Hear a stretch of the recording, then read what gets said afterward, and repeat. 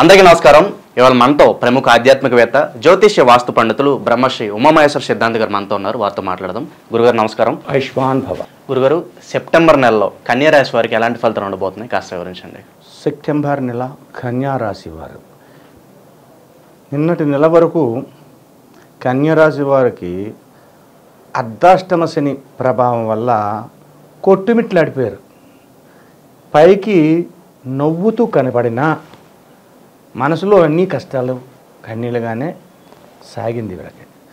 కానీ ఈ సెప్టెంబర్ నెలలో గురుగ్రహ దృష్టి కన్యరాశి మీద పడింది. అయితే కన్యరాశిలో ఎవరున్నారు? శుక్రుడు ఉన్నాడు, కేతువు ఉన్నాడు. ఈ శుక్రకేతువుల మీద గురుగ్రహ దృష్టి పడడం వల్ల వాటి యొక్క కొన్ని ఉపయోగకరమైన పరిస్థితులు పొందడానికి అవకాశం ఉంది. అంటే మొన్నటి వరకు ఇబ్బంది పడినటువంటి ఇబ్బందులు ఈ యొక్క నెలలో ఉండే వీళ్ళకి అనుకున్న పనిని అనుకున్న సమయానికి అనుకున్నంత సులువుగా చేయగలరు. అనుకూలవంతమైన సులువుగా చేసుకుంటారు, అనుకూలపడిపోద్ది. అలాగే కొన్ని రుణములు తీర్చగలుగుతారు. తీర్చాలి. రుణం ఇచ్చిన వాడు ఆగడు. ఇచ్చినప్పుడు బాగానే ఉంటుంది, తీర్చినప్పుడు వస్తుంది బాధ. కొన్ని రుణాలు తీర్చవలసిన పరిస్థితి కన్యరాశి వారికి వచ్చింది, తీరుస్తున్నారు. అలాగే బాగుంది. ఇక కన్యారాశి వారికి, కన్యారాశి వారు అనగానే అదృష్టవంతులనే చెప్పాలి. కన్యరాశి వారు, మిథున రాశి వారు మహా అదృష్టవంతులు. ఇదే నెలలోని మిథున రాశి గురించి చెప్పుకున్నాం. ఎంత చక్కగా చెప్పుకున్నాం, చాలా చక్కగా చెప్పుకున్నాం. అంత చక్కదనం తక్కువైనా కన్యరాశి కూడా బాగానే ఉంది. ఉపయోగకరమైన పరిస్థితి అనుకున్నది సాధించగలుగుతున్నారు. భార్యాభర్తల మధ్యన సఖ్యత బాగా కుదిరింది. భార్యాభర్తల మధ్యన సఖ్యత కలిగినప్పుడు వీళ్ళిద్దరూ ఒకే మాట మీద ఉండి ఆలోచించి నిర్ణయం తీసుకున్నప్పుడు అది సక్సెస్ అయిపోతుంది, ఫెయిల్యూర్ అవ్వదు.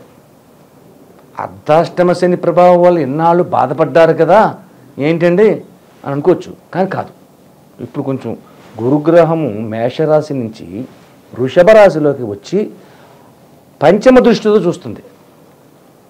సమసప్తక దృష్టితో చూస్తలేదు, పంచమ దృష్టితో చూస్తుంది. ఎప్పుడైతే పంచమ దృష్టితో చూస్తుందో యోగదాయకమైన పరిస్థితి కలిగింది ఈ యొక్క కన్యరాశి వారికి. చేయి వృత్తి వ్యాపారముల యందు అనుకూలమైన పరిస్థితులు పొందుతున్నారు. చేయాలనుకున్న పనిని సమకాలంలో చేయగలుగుతున్నారు. చేస్తున్న పనిని కష్టపడి చేయట్లేదు, వీళ్ళు ఇష్టపడి చేస్తున్నారు. ఇప్పుడు కూడా వృత్తి దైవం. వృత్తిని దూషించకూడదు, నిందించకూడదు. చాలామంది నిందిస్తారు తాను చేసే పనిని. అది దైవం. ఏ పని చేసినా ఇష్టపడి చేయాలి, కష్టపడి చేయకూడదు. చెమటలుగా చేసుకుని కష్టపడిపోతున్నాను బాబు, ఇంకా ఈ పని వల్ల ఇంత అలా చేయకపోతుంది, ఎందుకు వచ్చిన పనులు ఇల్లి అని అలాంటి చిరాకు మాటలు మాట్లాడకుండా ఇష్టపడి చేయాలి. ఆ ఇష్టపడి పని చేసింది సఫలీకృతం అవుతుంది, మంచి ఫలితాన్ని ఇస్తుంది. అటువంటి విధంగా ఉంది. ఉద్యోగ రంగంలో ఉన్నవారికి కూడా ఉపయోగకరమైన పరిస్థితులు కన్యరాశి వారు పొందుతున్నారు. ఈ నెలలో యోగదాయకమైన స్థితిని పొందుతారు. అయితే సెప్టెంబర్, అక్టోబర్, నవంబర్ అంతవరకు కూడా విజయాన్ని వీళ్ళు పొందుతున్నారు. 3 నెలల కాలం. 3 నెలల కాలం విజయాన్ని పొందుతున్నారంటే 3 సంవత్సరాలు సంపాదించే విధానాన్ని దగ్గర పరుచుకోవచ్చు. జీవితకాలానికి సరిపోద్దని కాదు. 3 సంవత్సరాలు, 3 నెలలు అంటే 3 సంవత్సరాల్లో, లేదంటే ఒక 5 సంవత్సరాల్లో లెవెల్ అయిపోయే పరిస్థితి ఉంటుంది. తర్వాత మళ్ళీ కష్టపడాలి. అటువంటి విధంగా ఉన్నది కన్యరాశి. విద్యార్థులు కూడా యోగదాయకమైన స్థితిగతుల్ని పొందుతున్నారు. అంటే ఇక్కడ లగ్జరీపరమైన ఖర్చులు ఎక్కువగా కన్యరాశి వారు చేస్తున్నారు. లగ్జరీ, అవసరమైన దాన్ని కొనుక్కోవట్లేదు, అనవసరమైన దాన్ని కూడా కొంటున్నారు. అబ్బా చాలా అందంగా ఉంది, ఇది కొనేస్తాను. ఏం చేసుకుంటాడు? కొనుక్కున్నది. వీడికి అవసరం లేదు. అది ధనాన్ని వృధా చేసుకోవడం తప్ప దానివల్ల ఉపయోగం లేదు. కాబట్టి ఖర్చులను అదుపులో పెట్టండి. మీరు చేసే ఖర్చు పరిణత చెందిన విధంగా ఉండాలి. ఎట్టి పరిస్థితుల్లో పరిణతిని మనం విరగకూడదు. ఆ రకమైనటువంటి ఖర్చుల్ని తెచ్చుకుని చేసుకోవాలి. ఈ రకంగా చేసుకుంటే అందరికీ కూడా అనుకూలవంతమైన పరిస్థితి వస్తుంది. ఎక్కువగా వ్యాపారస్తులకు లాభదాయకమైన స్థితిని వస్తుంది. ఇక్కడ ముఖ్యంగా మనం చెప్పుకోవాల్సింది ఒక విషయం ఉంది. తాపీ మేస్త్రి, కార్పెంటర్ అంటే వడ్ర మేస్త్రి, మేస్త్రి అన్న వాళ్ళు ఎవరైతే ఉన్నారో వాళ్ళు కొంచెం జాగరూకతను వహించాలి. ఈ మేస్త్రి పని చేసే అంటే ఇది చేసే పనే కష్టమైన పని చేస్తుంటారు. కొన్ని యంత్రాలతో ఇది వరగంట ప్రతిదీ చేతితో చేసేవారు. ఇప్పుడు అలా కాదు, ప్రతిదానికి యంత్రాలు వచ్చేసి ఓ చిత్రీ పెట్టాలంటే పాముకునేవారు, కర్రకోయాలంటే రంపాలు పెట్టి ఇద్దరు కోసేవారు వరకు. ఇప్పుడు అలాంటి ఏమీ లేవు, సర్రని వెళ్ళిపోద్ది అంతే.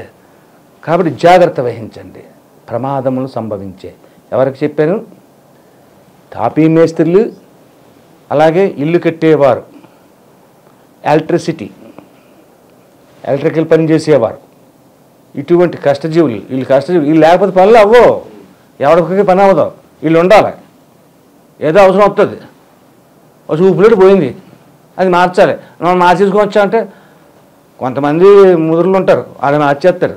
నాలంటాడు ఉన్నంటే మార్చలేడు, ఆయనే కావాలి. ఓ ఫ్యాన్ ఆగిపోయింది, ఎందువల్ల ఆగిపోయింది మనకు తెలదు, ఎలక్ట్రిసిటీ కావాలి. ఇటువంటి వర్క్ చేసేవాళ్ళు మాత్రం కన్యరాశిలో ఉన్నవాళ్ళు జాగరూకతను తీసుకోండి. అయితే ఈ యొక్క విధానాన్ని తప్పించాలి, తొలగించాలి, శుభదాయకమైన ఫలితాలు పొందాలంటే వీళ్ళు దర్శించవలసిన దేవాలయాలు ఏంటి, చేయవలసిన పూజలేంటి? శ్రీరామచంద్ర స్వామిని, సీతారాముల్ని దర్శించాలి, రామాలయానికి వెళ్ళాలి. మీకు వచ్చిన పూజలు అది చేయండి, శ్రీరామచంద్రుని పూజ చెప్పించండి. లేదు, బొంబాయి రవ్వతోటి ప్రసాదం చేస్తారు, సత్యనారాయణ ప్రసాదం లాగా. బొంబాయి రవ్వ, వెన్న, నెయ్యి అన్నీ వేసి అది చేసి చేపించి 5 ఆదివారములు రాముని వారిని ఇంట్లో పెట్టి ఒక ఫోటో పెట్టి, సీతారామ లక్ష్మణ భరత శత్రుఘ్నులు కలిగి ఉన్న ఫోటోను పెట్టి దేవుడి గదిలో పెట్టి 5 ఆదివారములు 5 గురువారములు 5 ఆదివారములు 5 గురువారములు పూజ చేయండి. రామదేవుని కథ అనే పుస్తకం ఉంటుంది, గొల్లపూడి వీరాస్వామి గారు ప్రింట్ చేసిన పుస్తకం ఉంటుంది. రామదేవుని కథ ప్రతి చోట దొరుకుతుంది, పెద్ద కాస్ట్ కూడా కాదు, 15 రూపాయలు. ఆ కథను చదువుకోండి. 5 ఆదివారాలు చేయండి, 5 గురువారాలు చేయండి, రామాలయానికి వెళ్ళండి, రాముని దర్శించండి. ఈ యొక్క పరిస్థితి ప్రభావాల్లో యోగదాయకమైన స్థితిని పొందడం అనేది ఇంకా ఎక్కువ సాగుతుంది. ఈ రామదేవుని కథ, రామ పూజ వల్ల జరిగేది ఎంతో గొప్ప విశేషాన్ని తెలుస్తుంది. ఆ రామదేవుని కథ వింటేనే మనకు అర్థమైపోతుంది. అందులో నారాయణ భుట్లు, నాగం భుట్లు అనే పేర్లు ఉంటాయి. చాలా గొప్ప విశేషమైన కథ అది. ఆ పూజా విధానం కూడా అక్కడ చెప్తారు. అటువంటి పూజను చేయండి, అంటే రాముణ్ణి ప్రార్థించండి.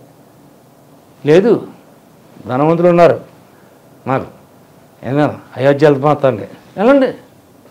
అయోధ్య వెళ్తే ఇంకా మరీ గొప్పది. లేదు, మేము భద్రాచలం వెళ్తామండి, వెళ్ళండి. భద్రాచలం రాముడు అంటే మామూలుగా మహానుభావుడు. భద్రాచలం రాముడు వెళ్ళండి, దర్శనం చేసుకోండి. అక్కడ ఒక అభిషేకం చేయించండి, ఒక అష్టోత్తరం చేయించండి, ఒక సహస్రనామార్చన చేయించండి. ఇలాగ ఏదోటి ఎవరికి అందుబాటులో ఉన్న ఆలయానికి వాళ్ళు వెళ్ళాలి, వెళ్ళి చేయించండి. ఇలా చేస్తే చాలా మంచిది.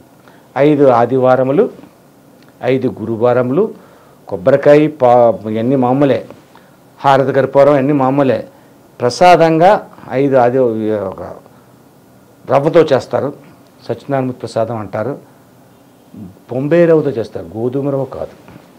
అది ఉండల కింద చేసి ఇలా ముద్ద కింద పడేయడం కాదు, చిన్న ఉండల కింద చేసి చిన్న ఉండల కింద ఆ ఉండల్ని నైవేద్యం పెట్టి ఇంట్లోనే మీరు తినండి, పక్కింటి వరకు ఇవ్వండి. కొన్ని అది మీ చుట్టుపక్కల ఉన్న వారికి ఉంటారు, వాళ్ళకు కూడా ప్రసాదం, రామదేవుని ప్రసాదం ఇవ్వండి, చాలా మంచిది. ఇలా చేస్తే ఈ యొక్క రాశి వారికి అన్ని విధములుగా శుభదాయకమైన ఫలితములు పొందుతారు. సెప్టెంబర్లో కన్యరాశి వారికి ఎలాంటి ఫలితాలు ఉంటాయి, అలాగే వారు చేసుకోవాల్సిన పరిహారాలు తెలియజేసినందుకు ధన్యవాదాలు గురుగారు. ఆయుష్మాన్ భవ.